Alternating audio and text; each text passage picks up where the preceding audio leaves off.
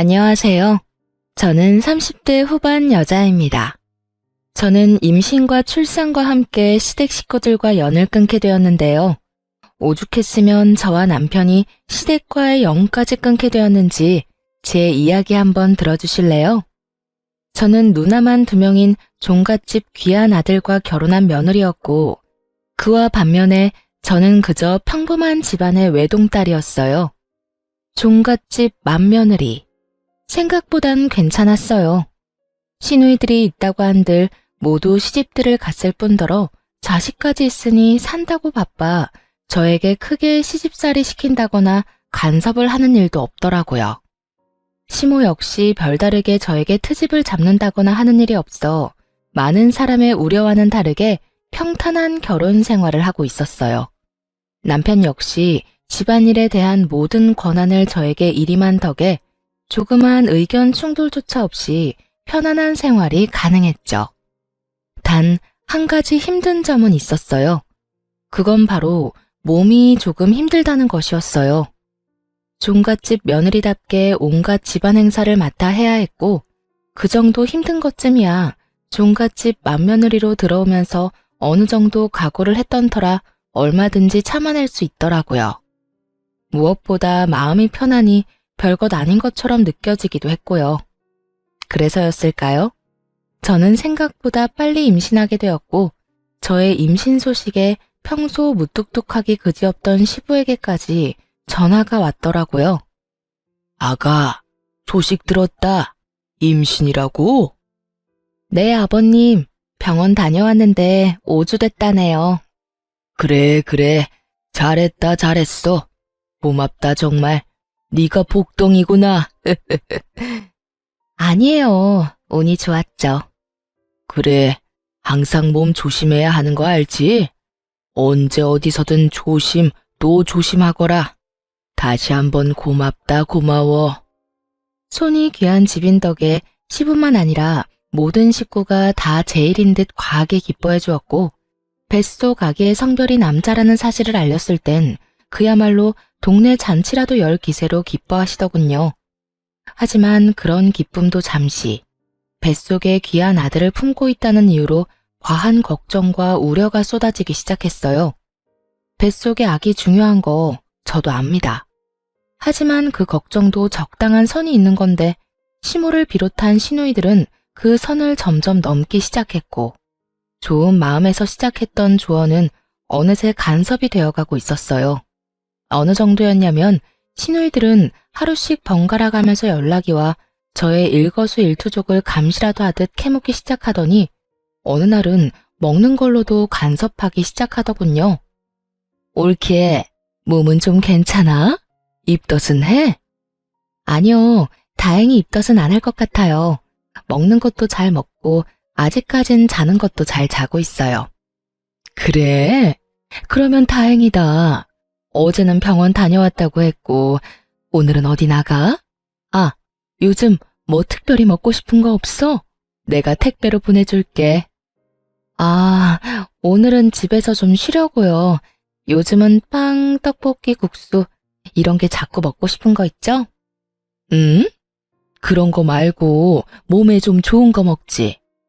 이상하게 밀가루 들어간 게 자꾸 당기네요. 혹시나 병원에 물어보니까 스트레스 받지 말고 먹고 싶은 거 먹으라고 해서 조금씩 조절해 가면서 먹고 있어요. 아유, 그래도 안 돼. 밀가루 몸에 좋지도 않은데. 그러지 말고 내가 찾아보니까 임산부 식단도 있더라. 그거 보내줄 테니까 그렇게 챙겨 먹어. 전화 끊고 바로 보내줄게. 아, 네? 네, 알겠어요. 이쯤 되니 그냥 설득을 포기하게 되더라고요. 병원에서도 된다고 하는데도 시누이 본인은 절대로 안 된다고 하는데 제가 뭐라고 할 수가 있겠어요? 통화할 때마다 안부를 묻는다는 명목하에 하나부터 10까지 다 묻고, 이건 이래서 안 된다, 저건 저래서 안 된다고 설교와 간섭을 늘어놓는 게 시누이들의 일상이 되어가고 있었어요. 전 그런 시누이들의 행동이 기가 막히고 코가 막혔지만 뱃속에 애도 있는데 화를 내서 뭐하나 싶어서 그냥 대답만 하고 넘겨버리는 생활이 반복되고 있었죠. 그러던 어느 날 남편과 저녁을 먹고 있는데 한동안 잠잠했던 시모에게서도 전화가 오더라고요. 아가, 몸은 좀 어떠니? 저녁은 먹었니? 네, 지금 먹고 있어요. 몸은 괜찮고요. 식사는 하셨어요? 그럼 우리는 일찍 먹었지. 그나저나 너 예정일이 언제였지? 혹시나 해서 묻는 건데 당연히 자연분만 할 거지? 이건 또 무슨 말인가 싶더군요. 아직 배가 나오지도 않았는데 자연분만이라니. 물론 저도 자연분만이 싫은 건 아니었어요. 하지만 아직 초기인데 지금부터 자연분만 타령이 시작되면 출산할 때까지 이 타령을 들어야 한다는 상황 자체가 싫더군요. 그래서 이번만큼은 제 생각을 똑바로 말하기로 했어요. 자연분만이요? 아니 어머님, 저 아직 밖에 나가면 임산부인 줄 아무도 몰라요. 아직 그런 걸 결정하기엔 너무 이른 거 아닐까요? 아, 물론 저도 상황만 된다면 자연분만 생각하고 있긴 한데 하여튼 그런 말 하기엔 너무 이른 것 같아요. 하지만 시모는 역시나 대화가 될 리가 없었고 더 심하게 자연분만을 강요하기 시작하더군요.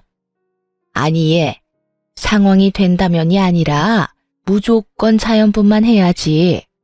자연분만을 해야 아기한테도 좋고 머리도 똑똑하다고 하더라. 여러모로 자연분만이 좋아. 그러니까 넌 다른 생각은 하지도 말고 자연분만만 생각해. 여러분, 이런 상황에 뭐라고 답하는 게 맞는 걸까요? 자연분만 할 수 있다고 말해도 출산날 뚝딱하고 아기가 나오는 것도 아니잖아요. 상황이 이렇게 되자 어떻게 말해야 될지 정말 곤란하더군요. 시모는 제 입에서 원하는 대답이 나올 때까지 10분이 넘도록 자연분만에 대해 좋은 점만 나열하고 또 강요했어요.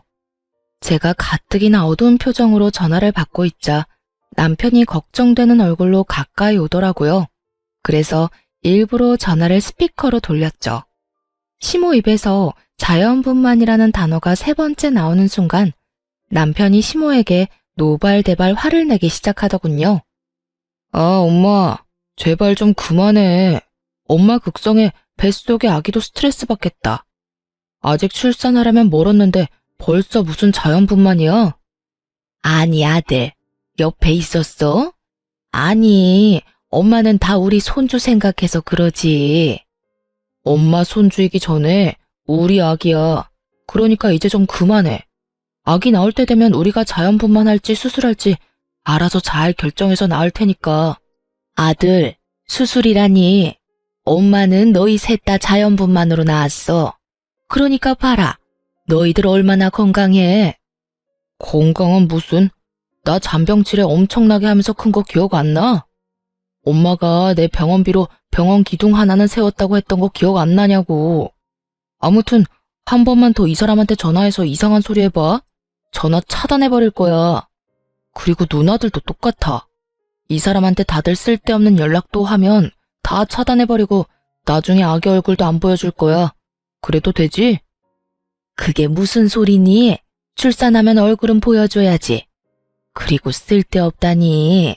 우린 다 걱정하고 생각해서 그러는 건데. 그 걱정이 다 쓸데없는 짓이라고. 이 사람이 굳이 아무 말 안 하니까 나도 이때까진 가만히 있었는데 오늘 엄마 말하는 거 들어보니 도저히 안 되겠네. 이러다 진짜 사람 피 말려 죽이겠어. 그러니까 엄마 손주 무사히 세상 빛 보게 해주고 싶으면 이 사람한테 전화해서 왈가왈부 간섭 좀 하지 마. 그럼 끊어. 남편은 시모에게 한마디도 지지 않고 자기 의사를 분명하게 전한 뒤 전화를 끊어버렸고 당황하기도 놀라기도 해 가만히 남편을 보고 있는 저를 보며 이렇게 말하더군요. 미안해. 우리 집 식구들 왜 이러는지 모르겠어. 아무튼 이때까진 당신이 나서지 말라는 말도 있기도 했고 큰 소리 나는 게 싫기도 해서 참고 있었는데 앞으로는 내가 알아서 할 테니까 이제부턴 당신은 한 발 물러서 있어. 이렇게까지 강하게 말할 줄은 몰랐는데 속으로 많이 놀랐어요. 그리고 앞으로도 가족들 앞에서 완벽한 제 편이 되어줄 것 같아 안심도 되었고요. 주변에 물어보니까 이런 건 남자가 중간에서 잘해야 한다더라. 그러니까 혹시나 나 없을 때 엄마나 누나가 또 그러면 당장 나한테 말해. 부담 갖지 말고. 참 고맙더라고요. 괜히 임신한 유세 부린다는 말을 듣고 싶지 않아 참고 있긴 했지만 사실 한계치에 다다르긴 했었기에 이 타이밍에 나서준 남편이 더없이 든든하더군요. 가끔 연락이 온다고 한들 사람 마음이 웃긴 게 남편이 이렇듯 제 편을 들어주니 시모와 시누이들이 간섭해도 그러려니 하며 큰 스트레스는 받지 않게 되더라고요. 하여튼 그날 이후 남편의 으름장이 제대로 먹히긴 했는지 시댁 식구들의 연락은 눈에 띄게 줄어들었어요. 아주 가끔 시아버지가 연락이 와서 먹고 싶은 건 없는지 물으며 며느리 먹고 싶은 건 다 사줘야 한다며 용돈 보내주시는 것 말고는 없었죠. 그렇게 시간은 흘러 출산이 얼마 남지 않은 어느 날 우려했던 상황이 나오고 말았어요. 뱃속에서 잘 놀던 아기가 너무 잘 놀아버렸는지 갑자기 여가가 되어버렸다고 하더군요. 바로 직전 검진까진 똑바른 자세로 잘 있던 아이가 여가가 되어버린 것도 당황스러운데 자연분만이 되지 않는다는 소식을 들은 시모의 반응을 생각하니 한숨이 끊임없이 나왔어요. 저의 예상대로 소식을 전해들은 시모는 득달같이 집으로 찾아왔고 그간 모아두기라도 한 것인지 속사포처럼 잔소리를 쏟아내더라고요. 넌 도대체 몸 관리를 어떻게 했니? 이제 아기 나올 때 다 됐는데 너가 몸 관리를 좀 더 잘했어야지. 그래서 정말 수술밖에 방법이 없대? 다른 방법은 없는 거야? 내 원참, 나는 한 번도 그런 적이 없는데 넌 도대체 왜 그런 거야? 정말 미쳐버릴 것 같더라고요. 아니, 아기가 갑자기 마음이 바뀌어 방향을 바꿔버린 것을 제가 무슨 수로 막나요? 다 큰 자식도 말을 들어먹지 않는데 뱃속에 있는 아기를 제가 무슨 수로 다시 되돌려 놓겠어요? 시모는 제가 무슨 대역죄인이라도 되는 양 저를 인정사정 없이 몰아붙이기 시작했어요. 그래도 전 최대한 차분하게 설명하려고 애썼죠. 아니 어머님, 제가 이렇게 되고 싶어서 이렇게 만든 것도 아니고 잘 아시잖아요. 이건 어쩔 수 없는 일이라는 걸요. 병원에서도 이런 경우가 종종 있다면서 어쩔 수 없는 일이라고 하셨어요. 어쩔 수 없는 일? 네 뱃속에서 일어나는 일인데 뭐가 어쩔 수가 없어? 다 네가 우리 말 안 듣고 네 멋대로 굴어서 이런 거 아니야. 하여튼 이래서 내가 너한테 그렇게 연락을 했던 건데 이제 어쩔 거야? 너 때문에 우리 귀한 손주 몸도 약하고 머리도 나쁘게 태어나면 어떡할 거냐고. 아무리 좋게 설명을 해보아도 시모는 애초에 제 말을 귀담아 들을 생각이 없어 보였죠. 그쯤 되니 억울함을 넘어 짜증이 나더군요. 결국 화가 폭발해버린 저는 더는 시모와 입씨름을 하지 않고 그 자리에서 바로 병원으로 전화를 걸어 담당 선생님과 시모를 통화시켜버렸어요. 처음부터 시모는 우리 며느리 때문에 아기가 갑자기 여가가 되었다며 어떻게든 제 탓으로 돌려보려고 애썼지만 의사 선생님이 이건 아니다 싶었는지 좀 강하게 나무라기 시작하더군요. 전문의의 사실을 바탕으로 한 꾸중과 호통에 시모는 연신 헛기침을 하며 얼굴이 붉어졌죠. 원하는 말을 듣지 못하니 선생님이 뭐라고 하시든 전화를 무턱대고 끊어버리더군요. 전화를 끊은 시모의 표정은 분노로 가득했고 전 그런 시모를 보며 이렇게 말했습니다. 충분히 들으셨죠? 어머님, 제발 다른 데서 카더라식 거짓 정보만 듣고 저한테 나무라지 말아주세요. 선생님 말씀대로 이건 제 잘못도 아기 잘못도 아니고 어쩌다 일어날 수 있는 일이라고요. 그러니 이제 그만하고 돌아가 주세요. 저도 피곤해요. 제 말에 시모는 아무 말도 하지 못하고 한참을 저를 노려보더니 끝까지 입 한 번 떼지 않고 돌아가더군요. 상황이 이렇게 되니 전 아기를 출산하고 난 뒤가 더 걱정됐어요. 뱃속에 있을 때도 이 난리인데 그 귀한 아들이 세상의 빛을 보게 되면 얼마나 난리들을 피워댈지 불보듯 너무 뻔했으니까요. 그렇게 저의 우려와 걱정이 커지는 사이 만삭을 지나 출산 2일을 앞두고 있었고 화장실이 급해 화장실로 갔는데 그날따라 소변이 끊이지 않고 계속 나오더라고요. 처음 겪는 상황이지만 딱 알겠더라고요. 양수가 터졌구나 하고요. 거기에다 꽤 심각한 상황이라는 것까지도요. 전 서둘러 병원으로 향했고 내진을 해본 결과 상황은 제 생각보다도 더 좋지 않았어요. 급하게 긴급 제왕절개 수술에 들어가야 할 정도로 말이죠. 제 연락을 받은 남편은 급히 병원으로 오고 있었고, 제가 내진을 받는 사이 도착한 시댁 식구들과 친정 식구들이 줄지어 들어오고 있더군요. 식구들의 등장에 의사와 간호사분은 상황이 급하다는 설명을 해주었고, 설명을 다 들은 시모는 한시라도 빨리 동의서에 사인을 해도 모자랄 판국에 간호사와 실랑이를 하며 미친 소리를 뱉어내기 시작하더군요. 아니, 시도라도 해볼 수 있잖아요. 바로 수술하지 말고 자연분만 시도라도 해보라고요. 보호자분, 시도를 하고 말고 할 시간이 없다니까요. 얼른 확인해보시고 사인해주세요. 시간이 없기는 무슨. 우리 며느리 얼굴 보니까 그렇게 급한 것 같지도 않구먼. 이분 말고 다른 보호자 안 계세요? 이러다 진짜 사모님도 그렇고 아기도 그렇고 정말 큰일 날 수도 있다고요. 그러니까 그 큰일 나기 전에 자연분만 시도라도 해보자니까요. 여기서 이럴 시간에 시도라도 하면 될 것을. 시모는 도무지 말이 통하지 않는 상태였고, 뒤늦게 도착해 상황을 늦게 전해들은 엄마가 시모를 막아서며 분노를 표출하셨어요. 사돈, 정말 이럴 거예요? 지금 위험하다잖아요. 이러다 우리 딸 잘못되면 사돈이 책임지실 거예요. 비키세요. 제가 사인하겠습니다. 어이구, 잘못되기는 무슨. 사람이 그렇게 쉽게 죽는 줄 알아요? 우리 때는 이런 의료기술 없어도 다 잘만 나았다고요. 정말 몸만 멀쩡하다면 미친 소리를 해대는 시모의 머리채를 모조리 다 잡아 뜯어버리고 싶은 심정이었습니다. 친정엄마도 같은 심정인지 얼른 수술실로 들어가자며 동의서에 사인하려는 걸 시모가 온몸으로 막아서는 아주 어이없는 상황이 펼쳐졌죠. 모든 상황을 지켜보던 의사 선생님도 큰 소리를 내며 얼른 사인하라고 닥달하기 시작했어요. 그 정신이 어지러운 순간에도 귀가 아플 정도로 시끄럽게 싸우는 두 사람 때문에 남편이 얼른 도착하기만을 기다렸어요.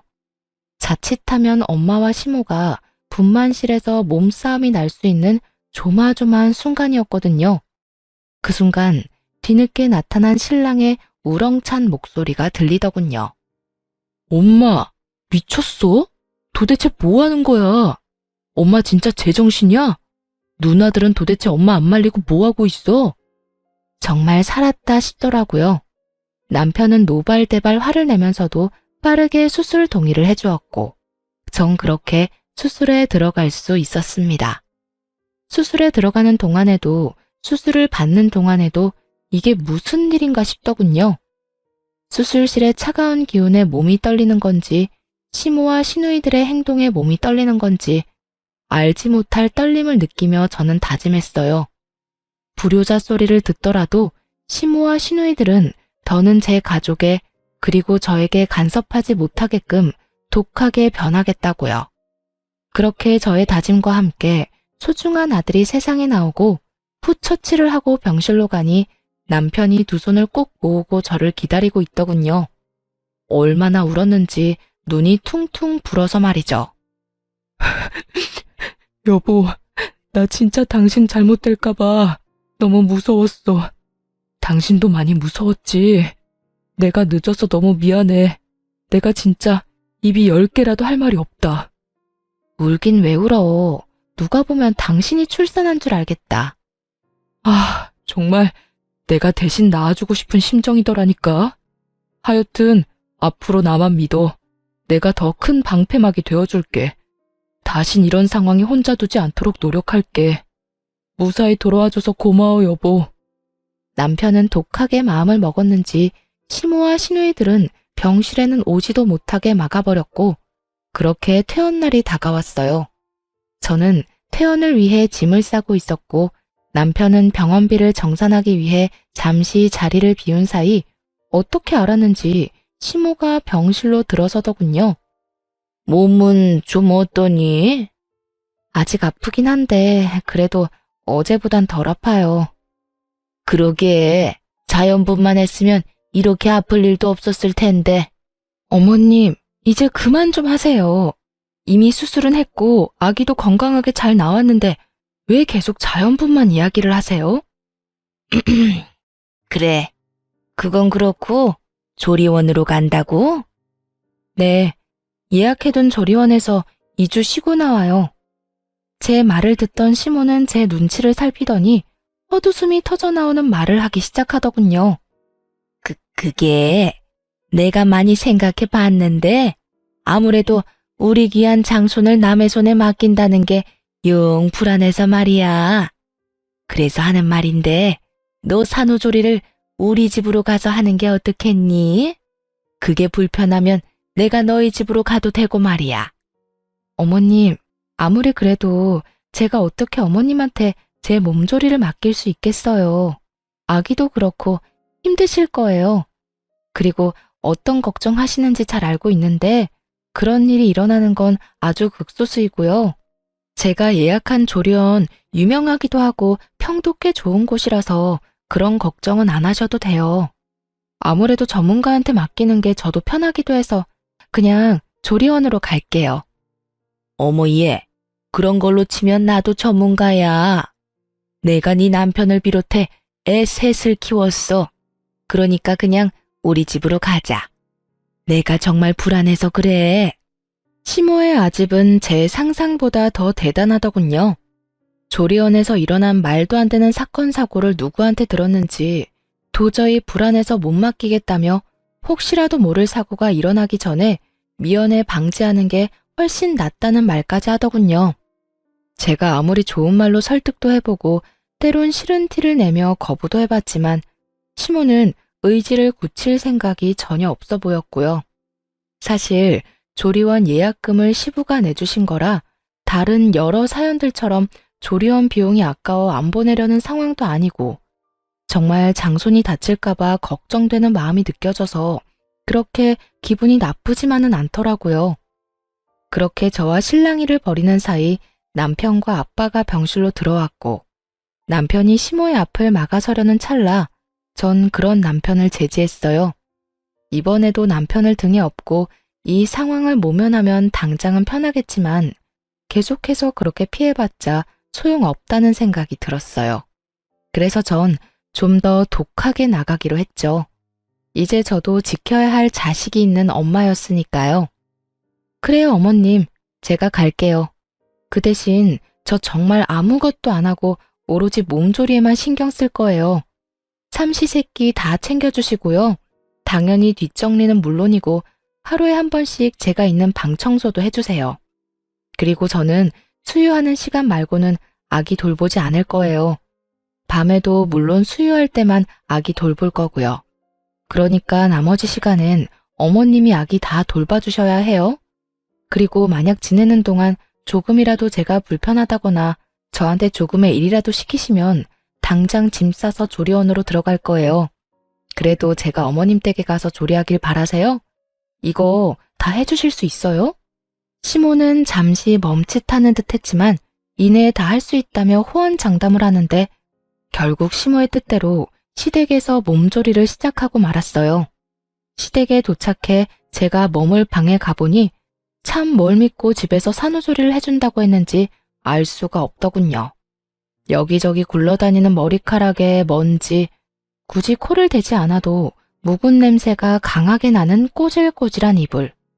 딱 보아도 신생아와 산모를 맞이할 수 없는 방에 아기와 들어가 있으라고 하는데 참 기가 막혔어요. 그래서 전 주저하지 않고 시모에게 직접 청소해달라고 했죠. 어머님, 방 청소 좀 해주세요. 먼지도 너무 많고 머리카락도 굴러다니고. 이불은 새로 세탁하신 건 맞죠? 냄새가 나는데. 그러지 말고 이불도 새로 빨아주세요. 제 말에 시모는 아주 뻔뻔하게 거짓말을 늘어놓더라고요. 어머 얘, 청소도 다 했고 빨래도 다 해놓은 거야. 그러니까 언제 청소하고 언제 하신 빨래인데요? 그게 한 며칠 됐나? 며칠은 개뿔이라는 말이 정말 목구멍 끝까지 올라오는데 얼마나 말을 삼키고 또 삼켰나 몰라요. 시모는 찔리는 듯 저의 눈치를 살피고 있었고 저는 한 차례 말을 삼킨 후 시모에게 이렇게 말했어요. 어머님, 제가 이래서 조리원에 가려고 했던 거예요. 요즘 조리원에 들어가면요, 하루에 한 번씩 청소 꼭 해주세요.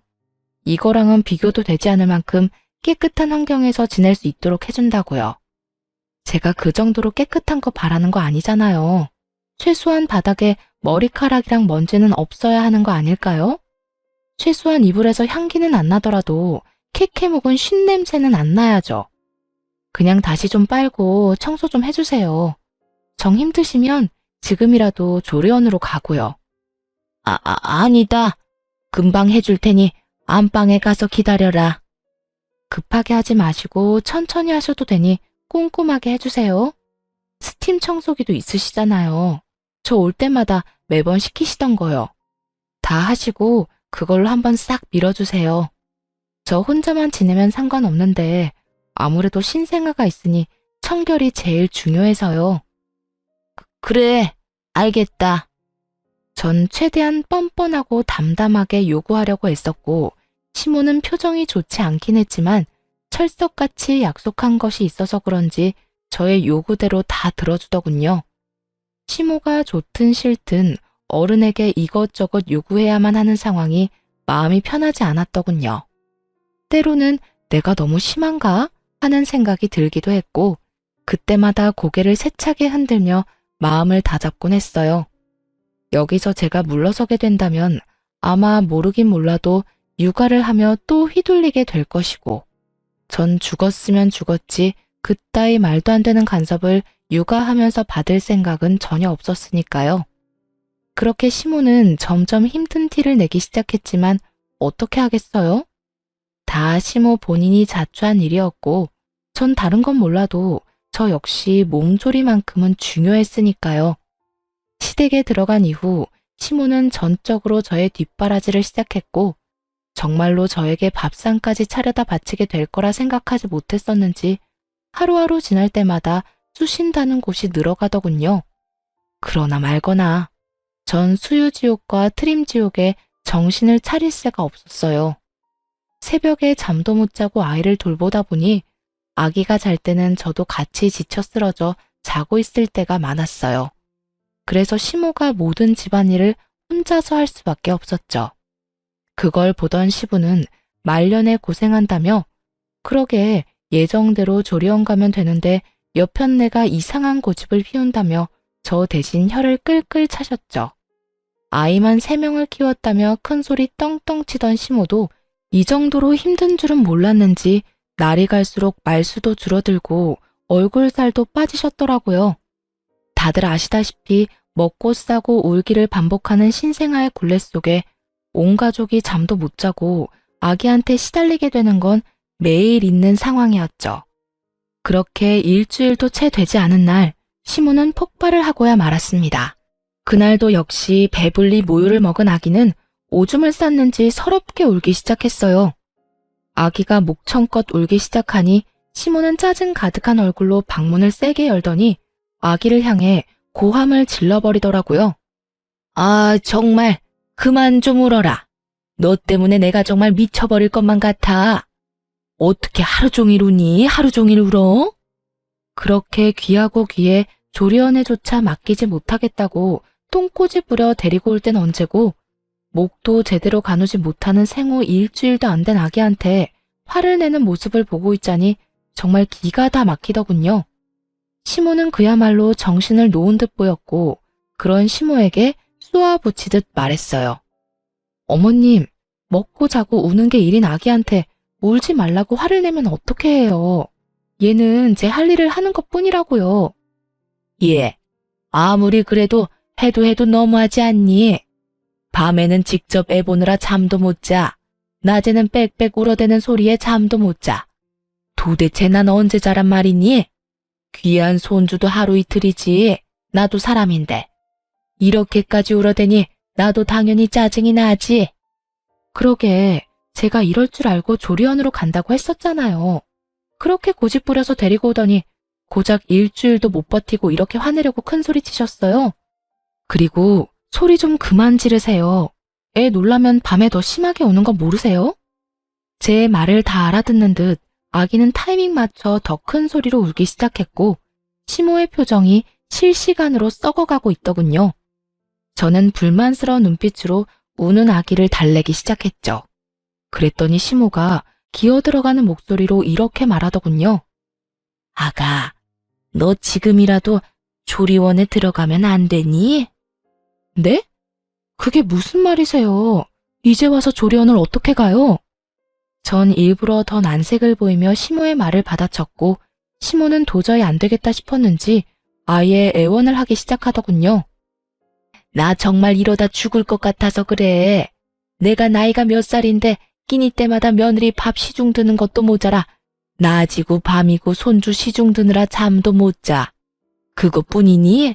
네 시아버지 눈치 보여서 그것도 그거대로 아주 힘들어 못 살겠어. 그러니까 제발 이제라도 조리원으로 가라. 응? 참 뻔뻔하다 싶더군요. 그러게 진작 제 말대로 했으면 서로 이렇게까지 얼굴 붉힐 일은 없었을 텐데 왜 고집을 부려서 이런 상황까지 만드는 것인지 이해도 되지 않았고요. 제가 여러 가지 생각들로 할 말을 잃고 시모의 얼굴만 뚫어지게 보고 있으니 주저리 아무 말 대잔치를 하기 시작하더군요. 네 말대로 전문가들도 있고 네가 먹는 밥도 거기에서 더 잘 챙겨줄 거다. 너도 시어머니한테 이거 해달라 저거 해달라 말하기 눈치 보일 거 아니냐. 아니요, 전 괜찮아요. 어머님이 아기를 이렇게 잘 맡아주시니 혹시 모를 사고가 안 일어나서 더 안심되던걸요. 애초에 어머님이 다 해준다고 해서 여기로 온 거라 눈치는 안 보여요. 아무튼 전 여기 좋아요, 어머님. 사실 불편한 것이 맞았지만 다신 시모가 말도 안 되는 아집을 부리지 못하게 더 시모를 몰아세웠어요.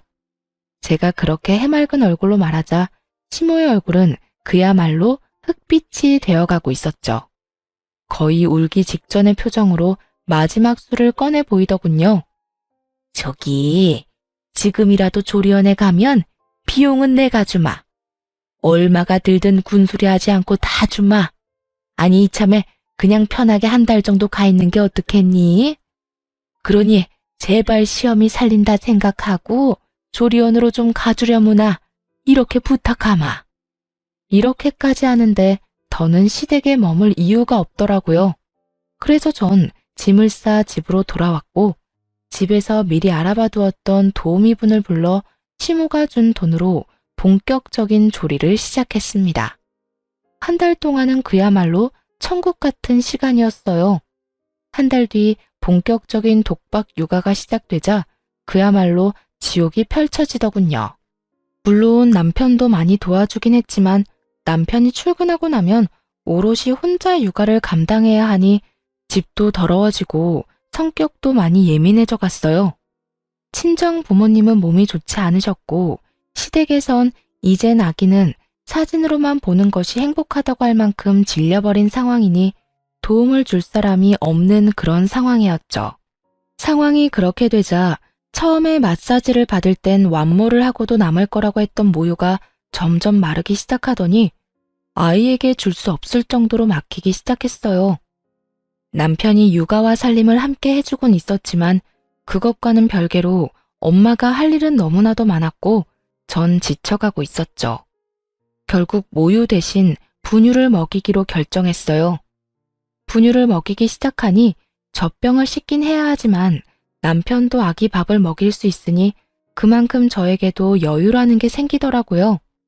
거기에다 굳이 수유하느라 선잠을 자야 할 일도 사라졌고요. 하지만 좀 살만해졌다고 생각했는데 조용하던 신우가 갑자기 날뛰더라고요. 그때는 남편이 아이 분유를 먹이던 중이어서 제가 전화를 대신 받게 되었어요. 여보세요? 형님, 저예요. 잘 지내시죠? 그럼 올케는 잘 지내? 조리는 잘하고 있어? 아기 때문에 힘들지? 뭐 그렇죠. 이제는 좀 괜찮아지고 있어요. 그래? 그러면 다행이고. 그나저나 병훈이는 뭐해? 아기 보고 있어? 네, 아기가 배고프다고 울어서 남편이 분유 먹이고 있어요. 뭐? 올케, 설마 모유 수유 안 해? 언제부터? 원래는 모유 먹였었잖아. 말이 끝나기가 무섭게 신우이는 짜증이 섞인 목소리로 저를 혼내기 시작했어요. 다른 사람도 아닌 아기 엄마인 저에게 따지듯이 물어오더라고요. 역시나 제가 딱 생각했던 반응이었어요. 듣기론 시누이들도 완모까진 하지 못하고 분유를 먹였다고 들었고, 심지어 둘째 시누이는 제왕절개를 했다고 하더군요. 근데도 저한테 그 난리를 부리는 것을 보며 또 이 난리를 부리겠구나 했죠. 숨기려면 얼마든지 숨길 수 있었겠지만 언제까지고 숨길 수도 없는 노릇이었고, 어차피 한 번은 부딪혀야 할 일이라 생각해서 말했더니 역시나 예상했던 반응이 나오더라고요. 속으로 사람 참 쉽게 안 바뀐다 생각했네요. 그게 제가 몸이 너무 안 좋아져서요. 그동안 도와줄 사람도 없고 남편도 바빠서 이리저리 무리를 좀 했더니 모유가 안 나오더라고요. 양은 적고 아기는 더 달라고 울고 해서 하는 수 없이 분유 먹이기로 했어요. 완모 가능하다고 해서 저도 완모까지 할 생각이었는데 나오질 않으니 어쩌겠어요? 아쉬워도 하는 수 없죠. 전 있는 그대로 제가 처한 상황을 보태지도 빼지도 않고 설명해 주었고, 시누이는 저에게 괜찮냐는 말 한마디 없이 큰 소리를 내기 시작했어요. 그러기에 아기 엄마가 몸 관리를 잘했어야지. 또 밀가루나 먹어댔겠지. 아유, 올케는 도대체 제대로 하는 게 뭐야? 정말 뭐 하나 마음에 드는 게 없어. 정말 어이가 없어 기가 다 막히더군요. 저요, 임신했을 때나 밀가루 즐겨 먹었지 평소에는 잘 먹지도 않아요. 거기에다 어린 아기 독박 육아해보신 분들은 아시겠지만 혼자 아기 보면서 끼니 챙기는 게 어디 쉬운 일인가요? 대충 퍼먹고 쪽잠이라도 자면 다행 아닌가요? 시누이가 애도 없는 것도 아니고 뻔히 사정을 다 알면서 그렇게까지 몰아붙이니 더는 참을 수가 없더군요. 아니 형님, 그렇게 말하면 제가 섭섭하죠. 같은 여자로서, 아니, 같은 사람으로서 몸이 안 좋아서 모유까지 안 나온다고 하면 예의상 몸은 괜찮냐고 한마디쯤은 물어봐야 하는 거 아닌가요? 아니, 난 그게 순간적으로 흥분해서. 그래서 몸은 괜찮아? 아니요, 안 괜찮아요. 끼니도 제대로 못 먹고 잠도 제대로 못 자고 그렇다고 해서 누가 도와주는 사람 한 명 없고, 그래서 모유가 안 나와서 저도 참 안타깝게 생각하고 있으니 형님은 더는 나무라지 말아주세요. 뭐라고? 옳게. 무슨 말을 그렇게 섭섭하게 해? 나는 다 먼저 육아해본 육아 선배로서 조언해주는 거야. 옳게도 할 거 아니야. 모유가 좋지 분유가 좋아? 아, 진짜 이런 말까지 안 하려고 했는데 지금 형님이 하는 건 조언이 아니라 간섭인 거 알고 계시죠? 그리고 몸에 좋다는 초유는 차고 넘치게 먹였고 요즘 분유도 좋게 잘 나와서 성장하는데 아무 문제 없는 거 누구보다 잘 아시잖아요. 형님도 완모 못 하셨으니까요. 그러니까 이제 간섭 좀 그만하시고 앞으로는 내 새끼는 내가 어련히 알아서 잘 보살필 테니 제발 이런 식으로 선 넘는 간섭은 하지 말아주세요. 쏘아붙이는 제 말에 시누이가 어버버하는 사이 저는 전화를 끊어버렸고 날이 선 저의 고함에 남편이 화들짝 놀라 방에서 나오더군요. 남편은 저에게 왜 그러냐고 물었고 저는 씩씩거리며 시누이와 있었던 일을 말해주었죠. 인상을 잔뜩 찌푸린 채 저의 이야기를 듣던 남편은 시누에게 전화해 저번처럼 또 불같이 화를 내더라고요. 누나, 진짜 미쳤어? 누나가 뭔데 이 사람한테 몸 관리를 제대로 하란 말아야. 누나가 이 사람 약이라도 한번 사준 적 있어? 아니면 몸에 좋다는 영양제라도 챙겨준 적 있어? 내가 분명히 말했지. 이 사람한테 그딴 말 하지 말라고. 말이야 바른 말이라고. 누나가 무슨 권한으로 내 새끼한테 감나라 배나라야. 우리가 부모인데 우리가 어련히 알아서 하지. 그러니까 앞으로 이 사람한테 전화도 하지 마. 나한테도 한동안 연락도 하지 마. 알겠어? 이 정도 했으면 이젠 그만하겠지 생각했거든요. 그런데 신우는 참 포기를 모르는 여자더라고요. 며칠 동안 무서울 정도로 조용하던 시누이는 시부와 함께 시모, 둘째 시누이까지 대동한 채 집으로 왔더라고요. 이런 말하면 어떻게들 생각하실지 모르겠지만 전 오늘이 결전의 날이구나 싶었어요. 그 지긋지긋한 간섭의 고리를 완전히 끊어버릴 날이요. 이러한 제 생각을 알 리 없는 시모와 시누이들은 아기를 보며 행복한 시간을 보내는 시부와는 달리 아기는 뒷전이고 눈을 반짝이며 온 집으로 누비고 다니더군요. 뭐 하나 트집을 잡아볼까 하는 의도가 다분해 보였거든요. 세 사람은 집안을 둘러보며 되지도 않는 핀잔을 잡아대려고 애썼지만 제가 듣는 둥 마는 둥 대꾸도 제대로 하지 않으니 결국 모유 이야기로 바로 본심을 드러내기 시작했어요. 단유했다던데 그게 사실이냐? 다시 마음을 돌릴 생각은 없느냐? 분유보단 모유다. 여러 가지 말로 저를 설득하던 시모는 제가 마음을 돌려먹을 생각이 보이지 않자 남편을 몰아세우기 시작하더군요. 넌 이런 중요한 이야기를 왜 이 엄마한테 말도 안 한 거야? 하긴 제가 마음대로 다 휘두르는 대로 넌 입도 못 대고 있었겠지. 넌 지금부터 그렇게 네 마누라 치맛자락에 휘둘려서 나중에 우리 손주한테 정말 큰일이 생겼을 때 네 의견이라도 낼 수 있겠니? 이 엄만 참 걱정이 많다. 시모는 졸지에 남편을 마누라 치맛자락에 빠져 허우적거리는 남자로 만들어버리더니 저에 대한 적대감을 숨김없이 드러내더군요.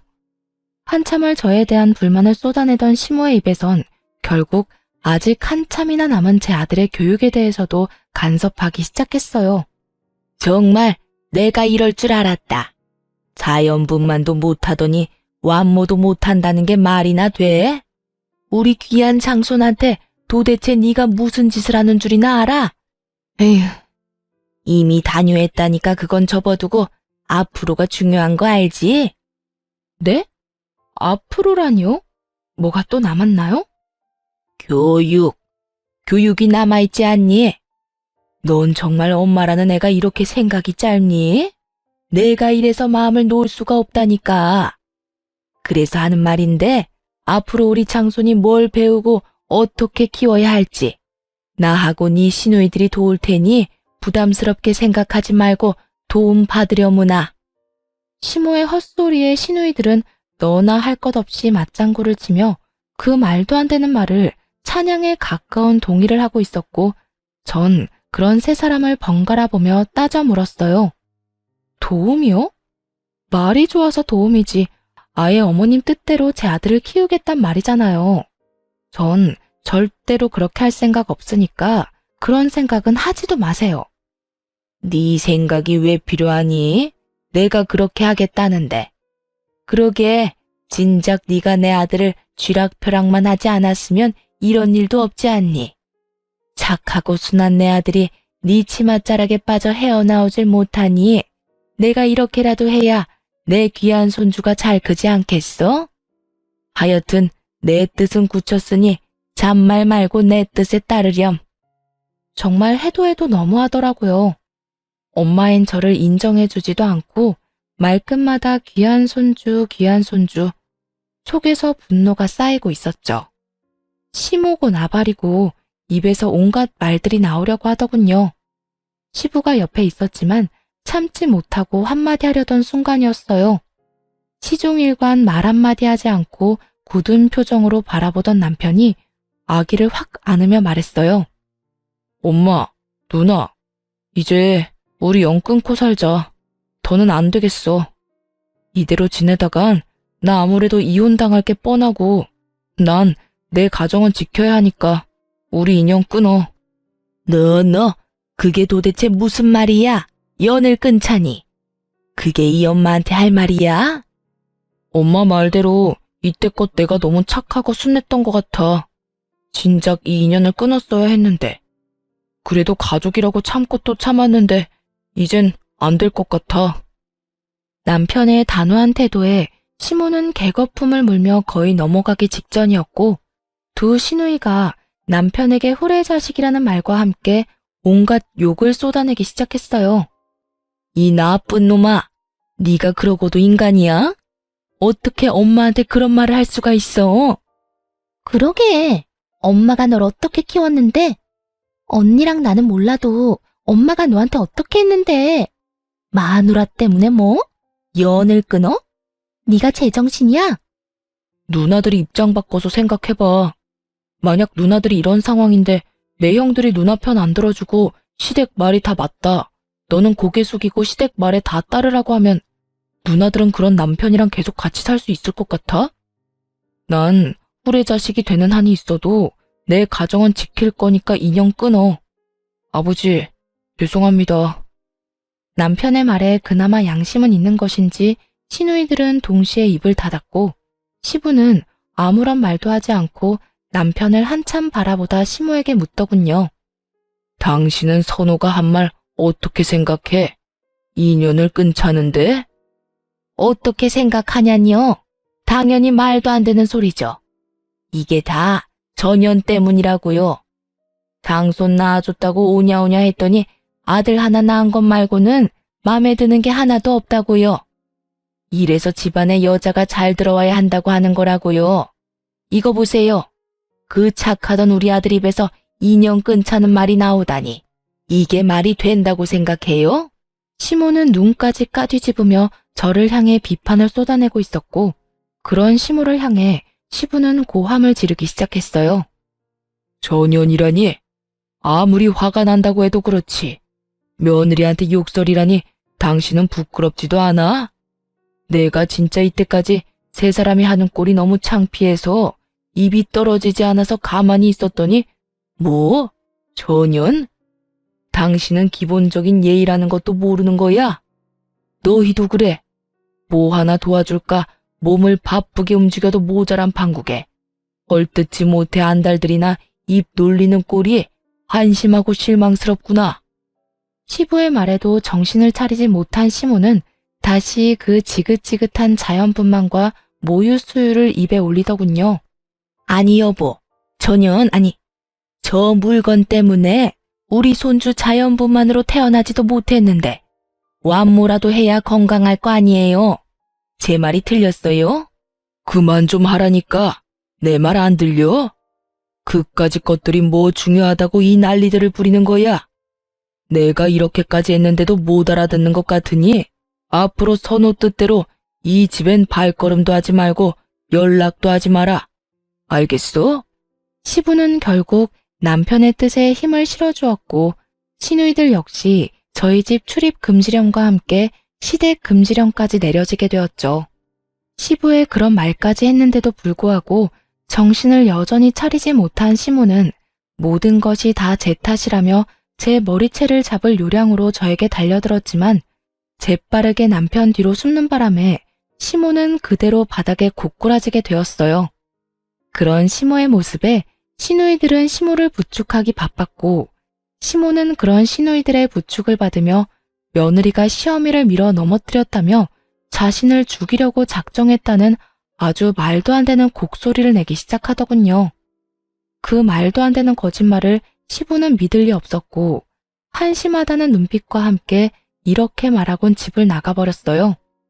네 엄마 다쳤다고 하니 너희가 병원 데려다주고 치료 다 끝나거든 내 집으로 보낼 생각 말고 첫째 집으로 데리고 가든 둘째 집으로 데리고 가든 알아서 해. 아니면 궁짝 잘 맞는 셋이 살던가. 결국 끝까지 정신 못 차리고 날뛰던 시모는 말년에 시부한테 쫓겨나게 생겼고 두 시누이는 시모가 짐같이 여겨졌는지 서로 미루려고 눈치만 살피더군요. 그런 세 사람을 바라보던 남편은 다신 찾아오지 말란 말과 함께 연을 끊자고 다시 한번 강조하며 세 사람을 차례대로 쫓아내버렸어요.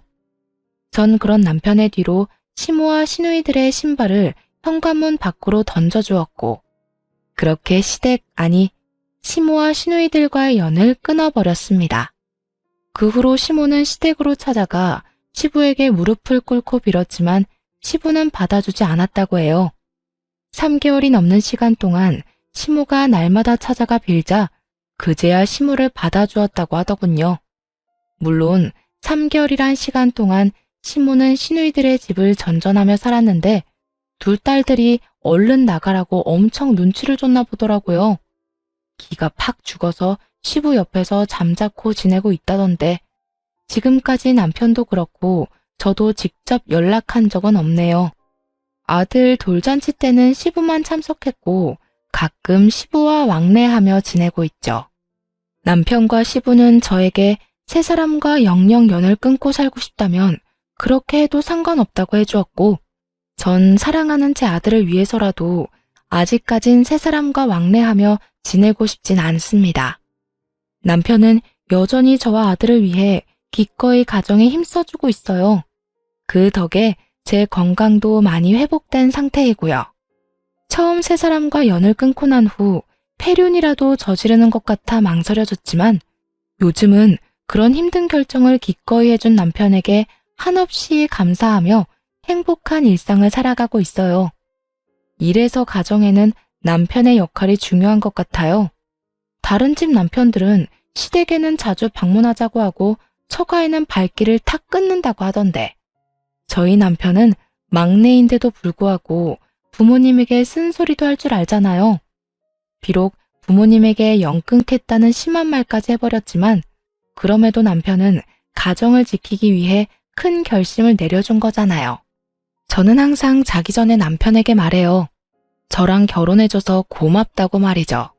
그럼 남편은 저에게 가족들 때문에 고생시켜 미안하다며 꼭 안아주거든요. 지금 생각해도 저는 결혼 참 잘한 것 같아요. 지금까지 제 사연은 끝입니다. 너무 남편 자랑이 길었나요? 혹시 이 사연을 듣고 계신 남성분들이 있으시다면 제 사연 지나치지 마시고 꼭 잘 들어주셨으면 좋겠어요. 결혼은 두 사람이 사랑해서 하는 거잖아요. 사랑하는 사람이 슬퍼하지 않도록 결단이 필요할 때는 가정을 지키기 위해 이런 선택까지 할 수 있어야 한다고 생각해요. 물론 모두 부모 자식 간의 영 끊으라는 얘기는 아니지만 서로를 위해 또 내 가정을 위해서라면 멀리 지낼 필요는 있다고 생각해요. 내 옆에 있는 사람이 알게 모르게 내 가족 때문에 상처를 받고 있지는 않는지 오늘부터라도 옆 사람의 말을 귀 기울여 주시면 좋을 것 같아요. 그리고 매일 따뜻한 말 한마디씩 건네주시면 더 좋고요. 부끄러워하면서도 분명 행복해하는 모습 보시게 될 거예요. 그런 말 한마디가 결혼 생활을 유지하는 큰 힘이 될 테니까요. 말이 너무 길었네요. 이만 마치겠습니다. 지금까지 들어주셔서 감사해요.